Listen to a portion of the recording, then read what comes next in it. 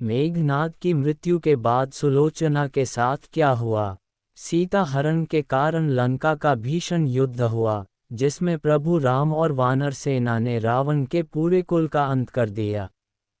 रावण की सेना में एक से बढ़कर एक योद्धा थे, जिनमें उसका पुत्र मेघनाद काफी बलशाली और मायावी था। मेघनाद ने देवताओं के राजा इंद्र पर जीत हासिल की थी, इसकी वजह से उसे इंद्रजीत भी कहा जाता था। हालांकि अधर्म के रास्ते पर चलने के कारण उसका वध लक्ष्मण के हाथों हुआ। जब लंका में मेघनाद के वध की खबर आई तो पूरा नगर शोक में डूब गया। रावण मूर्छित हो गया, मां मंदोदरी बेसुध हो गई, वहीं मेघनाद की पत्नी सुलोचना पति की खबर पाकर बेजान सी हो गई। मेघनाद की मृत्यु के बाद सुलोचना का क्या हुआ? कौन थी सुलोचना? पौराणिक कथाओं के अनुसार सुलोचना नागराज वासुकी की पुत्री थी। सुलोचना का अर्थ है सुंदर आंखों वाली महिला। वह अपने नाम के समान ही अति सुंदर और गुणी थी। उसका विवाह मेघनाद से हुआ था। कुछ कहानियों में बताया जाता है कि सुलोचना का विवाह देवताओं के राजा इंद्र के बेटे जयंत से होना तय था। लेकिन विवाह से पूर्व रावण पुत्र मेघनाद ने इंद्र को युद्ध में हरा दिया, जिसके बाद सुलोचना का इंद्रजीत के प्रति प्रेम हो गया और परिणाम स्वरूप सुलोचना का विवाह मेघनाद से हुआ। कुछ जगहों पर सुलोचना को प्रमीला नाम से भी लिखा जाता है। कैसे हुआ मेघनाद का सुलोचना से विवाह? मेघनाद ने तप करके एक सती को पत्नी के रूप में पाने की सिद्धि पाई थी। रावण को नागलोक जाने की सिद्धि प्राप्त थी। रावण ने मेघनाद को वह सभी सिद्धि प्रदान कर दी। उसने बताया कि नागराज की बेटी सुलोचना ही तुम्हारी पत्नी होगी।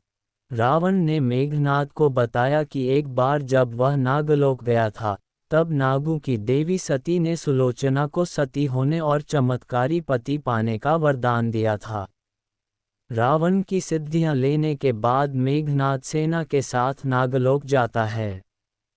वहां उसकी मुलाकात नागराज से होती है और वह सुलोचना से विवाह का प्रस्ताव रखता है।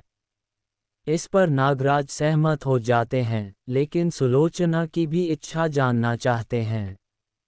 पिता के पूछने पर सुलोचना नाग देवी से इसकी अनुमति लेती है।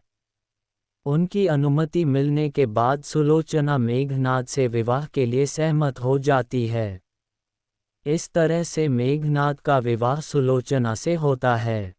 पतिव्रता स्त्री थी सुलोचना। कथाओं के अनुसार सुलोचना एक पतिव्रत स्त्री थी।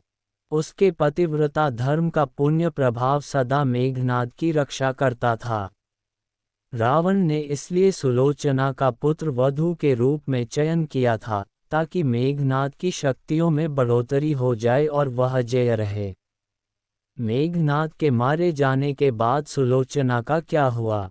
लंका युद्ध के समय लक्ष्मण के हाथों मेघनाद का वध होता है तो इस बात पर सुलोचना को विश्वास नहीं होता है। ऐसा कहा जाता है कि सुलोचना प्रभु राम के पास अपने पति मेघनाद का सिर लेने के लिए जाती है, ताकि वह सती हो सके। भगवान राम ने उसे मेघनाद का सिर दे दिया, जिसके बाद वह सती हो गई।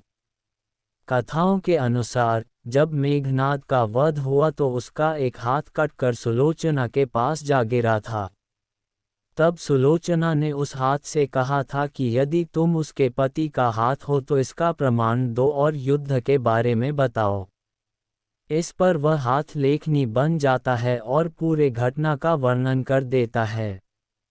ऐसे ही जब वह मेघनाद का सिर लेकर वापस लौटती है तो वानर सेना के कुछ सैनिक उसका उपहास करते हैं तो वह कहती है कि यदि उसका पतिव्रता धर्म सत्य है तो ये सिर हंसने लगेगा। उसके कहने के बाद वह कटा सिर हंसने लगता है।